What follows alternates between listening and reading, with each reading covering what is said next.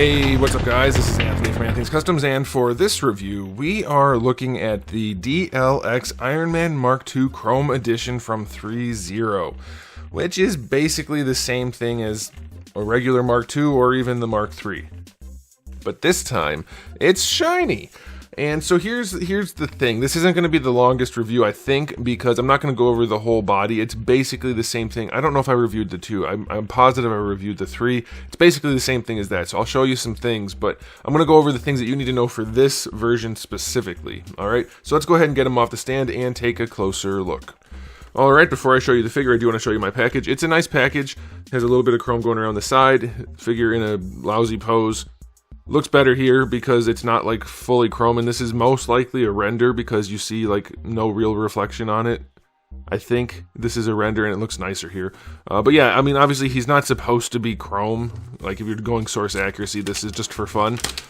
So it's gonna have to be pretty good, I think, for people to want to get this. And unfortunately, well, you know the saying about you can't polish a turd.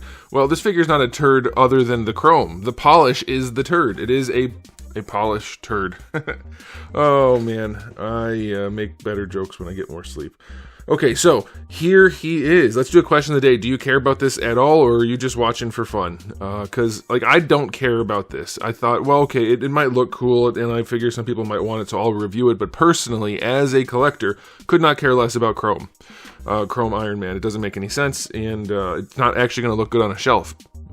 I mean, not really. The idea of chrome is nice, but like, leave it for car wheels, for rims, for the dubs. Nobody calls them dubs anymore, I'm guessing. Anyway, okay, here we go. So here it is. First thing, have to talk about the chrome. It's kind of the big deal here. And as soon as I opened the package, took the top tray off, I could see he was covered in fingerprints. Like, ridiculously so. Like, they couldn't have the people at the factory wear gloves.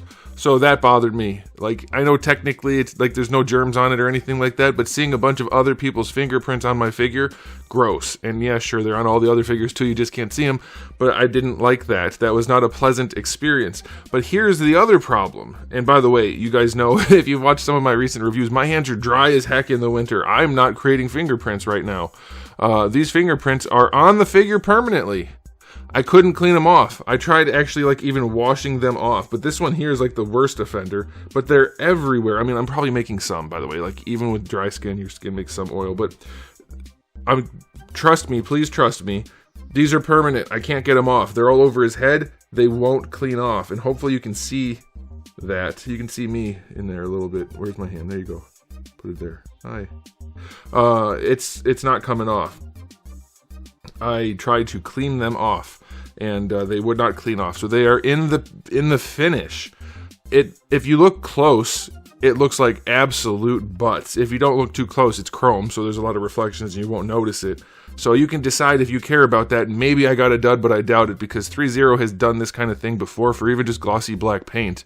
What was that? Was that a Megatron, I think it was? His skirt flaps were glossy black, but they had all kinds of smudges all over them. Just things like that. It's not uncommon for this company, even though they generally put out a high quality product for the price. If you're all about the chrome and wanting it to have like a nice mirror finish, it doesn't really have it because of the weird smudging. Obviously there are spots in there where it's pretty metallic, I mean pretty mirror-like, but you can also, it's just everywhere the surface is. It's not actually marred, like you can't feel it, but the finish is just not good. So I think that sucks. I mean, that's the selling point for this figure, and like, yes, it still looks like chrome, and if you have it at, you know, collection distance, you're not going to see it, but it does affect the user experience as far as I'm concerned.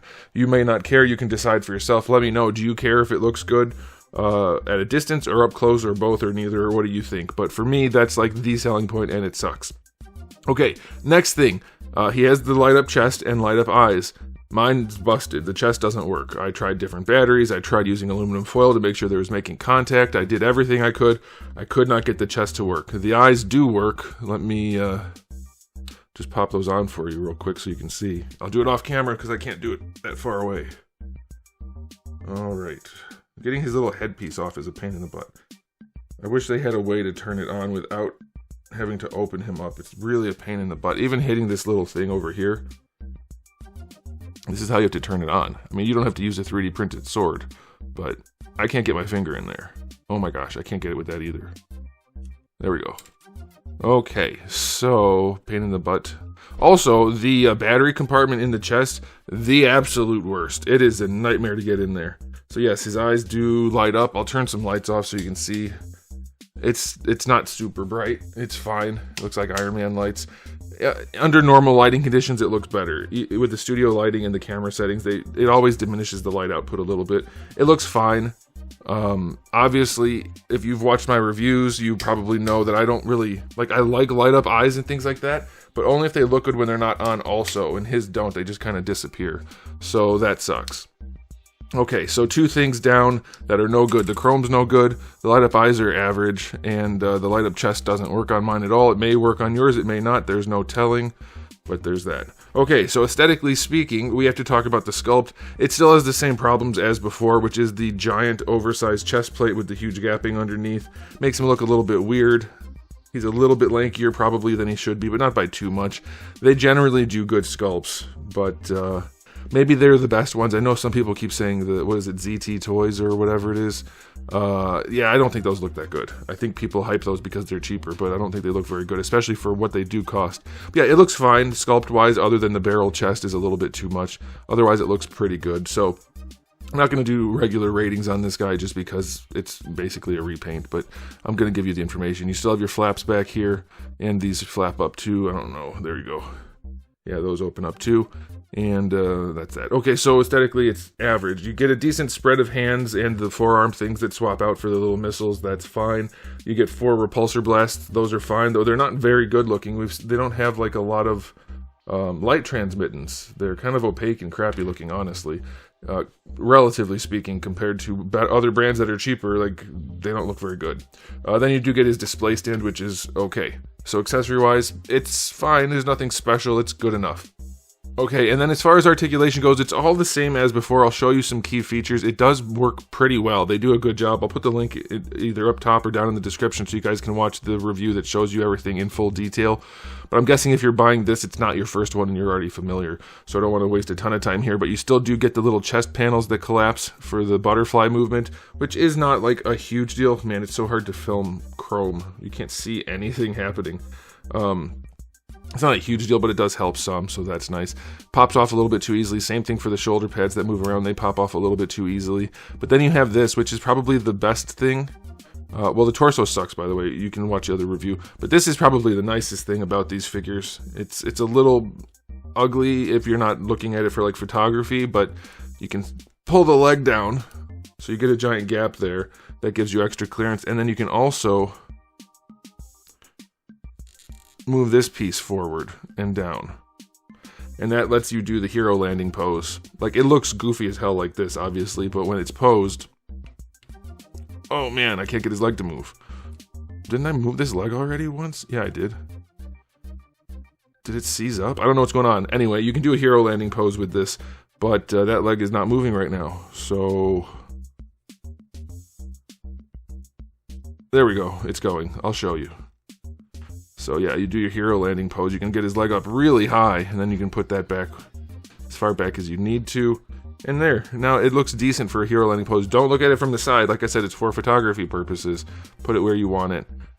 There are definitely some downsides here and there. But yeah, they're decent enough figures, but this one blows because it's supposed to be chrome and the chrome is all messed up. That's the takeaway here. Everything else is the same as before. It's a solid enough figure, but the chrome gimmick can't be the chrome gimmick if the chrome is permanently fingerprinted up. That's my take. You guys let me know what you think. But hey, it ended up being a 10-minute video.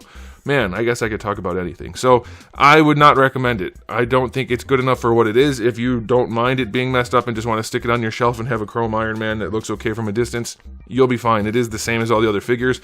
Just do remember, the chrome especially makes these look like crap.